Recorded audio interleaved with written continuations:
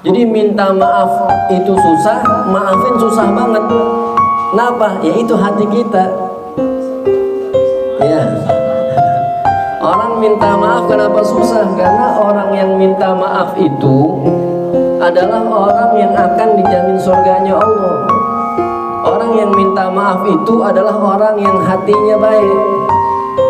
Gak bisa orang yang hatinya kotor dia minta maaf, gak bisa. Apalagi ada rasa sombong. Masa iya saya minta maaf sama dia? Dan dia mau orang kemarin, baru pindah kemari. Lah dia masih muda, lah kita yang tua. Dia yang datang ke kita, bukan kita yang datang ke dia.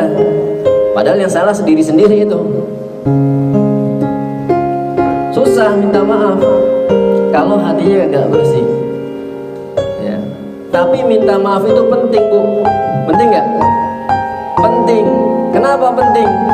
Ya, karena orang kalau kagak minta maaf bisa jadi sebab dia masuk neraka. Ada orang ahli ibadah, rajin sholatnya, puasa sunnahnya rajin, sodakohnya banyak misalkan, bahkan ke tanah suci udah bolak-balik, tapi dia pernah berbuat zalim sama orang, berbuat salah sama orang, bikin sakit hati orang.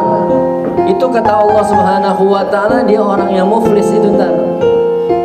Kalau sampai mati itu orang kagak minta maaf dan gak dimaafin katanya ya, maka kelak di akhirat itu yang namanya harta itu gak manfaat buat dia. La dinaran wala dirhaman. Dinar harta gak manfaat, jabatan gak manfaat. Maksudnya gimana? Kalau di dunia Ibu ya, orang berasa kaya, berbuat salah bisa bayar, benar nggak? Benar, ya.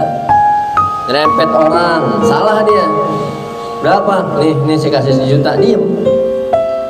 Jangankan hal yang kecil, hal yang besar aja. Naudzubillah, ini negara kita bisa dibayar.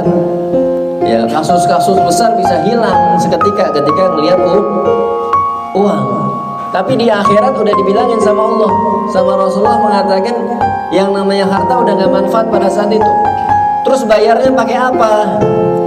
Hati-hati.